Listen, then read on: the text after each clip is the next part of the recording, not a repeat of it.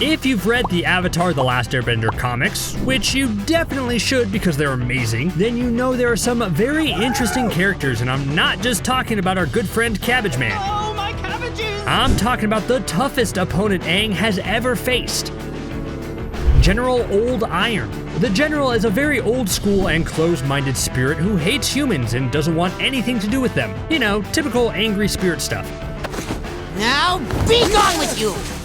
So when he encounters Aang, the Avatar who's the bridge between the humans and the spirits, things get really dicey and he forces Aang to do what he hates the most, take someone's life.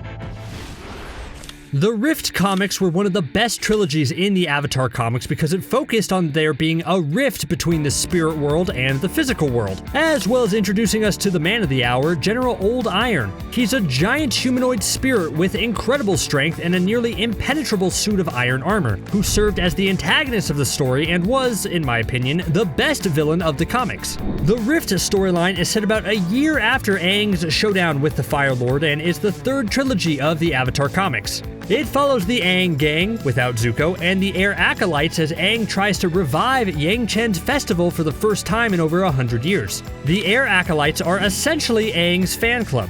They follow him everywhere they can and just love everything about air nomad culture. To honor Yangchen's festival, the Aang gang travels to a specific area that's said to be sacred to the air nomads and find a familiar statue, but quickly learn that the area is not what it was 100 years ago. It turns out that the Earthen Fire Refinery, a joint project between the Earth Kingdom and Fire Nation, has been built on the land. Aang is incredibly frustrated about the whole thing and believes that this is why he's having trouble contacting Yangchen, the last air nomad avatar who preceded him. Eventually, Aang does find a way to contact her in the spirit world and learns about the story of General Old Iron. Back in the days where the spirit world and the physical world were one, General Old Iron was the protector of the spirit Lady Tienhai. They both lived on the land that the Earthen Fire Refinery is built on.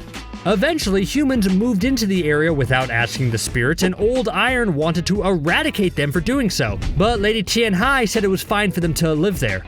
Due to the disagreement, Old Iron decided to leave the area for good, and Lady Tienhai eventually fell in love with one of the settlers and gave up her immortality to spend her life with him, eventually passing away from natural causes.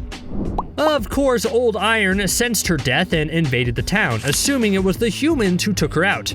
Yangchen, who was the Avatar at the time, fought the spirit back while Boma, one of the heroic citizens of the settlement, evacuated as many people as he could. The entire settlement was destroyed in the battle between Yangchen and Old Iron, with the grumpy old spirit refusing to talk to the Avatar. All he wanted to do was destroy all humans. If Old Iron knew Ultron, they'd probably be best buds. It took Yangchen going into the Avatar state and making a deal with the spirit for Old Iron to back off. The deal was that humans would not live on the land as long as it remained sacred to the air nomads, which would eventually lead to Yangchen's yearly festival. Now, many years later, humans have unknowingly broken the deal Yangchen made with Old Iron. They're living on the land again and have stolen his armor, so the general is back with a vengeance. The ensuing battle between Aang and General Old Iron is one of the best in the whole series, not just the comics. Aang had no answer to anything Old Iron threw his way. In fact, Old Iron was so powerful, Aang couldn't defeat him on his own. He wouldn't have been able to take down the general if it wasn't for Toph and her metal bending students. Working together, they used their bending to remove all the iron out of his suit of armor, leaving the spirit's body exposed to an attack. This put Aang in a really tough position. He could take out the spirit for good, but that'll just make the rift between spirits and humans even bigger. His other option was to try and reason with the spirit, but his talks are going just as far as Yangchen's did all those years ago. Luckily, Old Iron made Aang's decision easier for him. The general set his sights on Toph and her metal benders, so Aang had no choice but to go into the Avatar state and hit the spirit with the coup de grace. It was not what Aang wanted to do, as he's more of a peace and love kind of guy, but his hands were tied. You could definitely argue that General Old Iron is the toughest enemy Aang has ever faced, even more powerful than the Fire Lord because Aang needed help to get the job done. Our boy Aang was able to take down the Fire Lord in a one-on-one battle, but the second he sees a humongous spirit with a suit of armor, he needs help.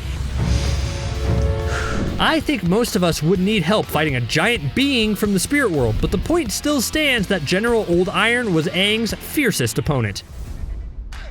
Sadly, the comics aren't canon, so General Old Iron is unlikely to appear in a future movie or show. That means we're probably not going to see the unjolly, not green giant anytime soon, which is a real shame.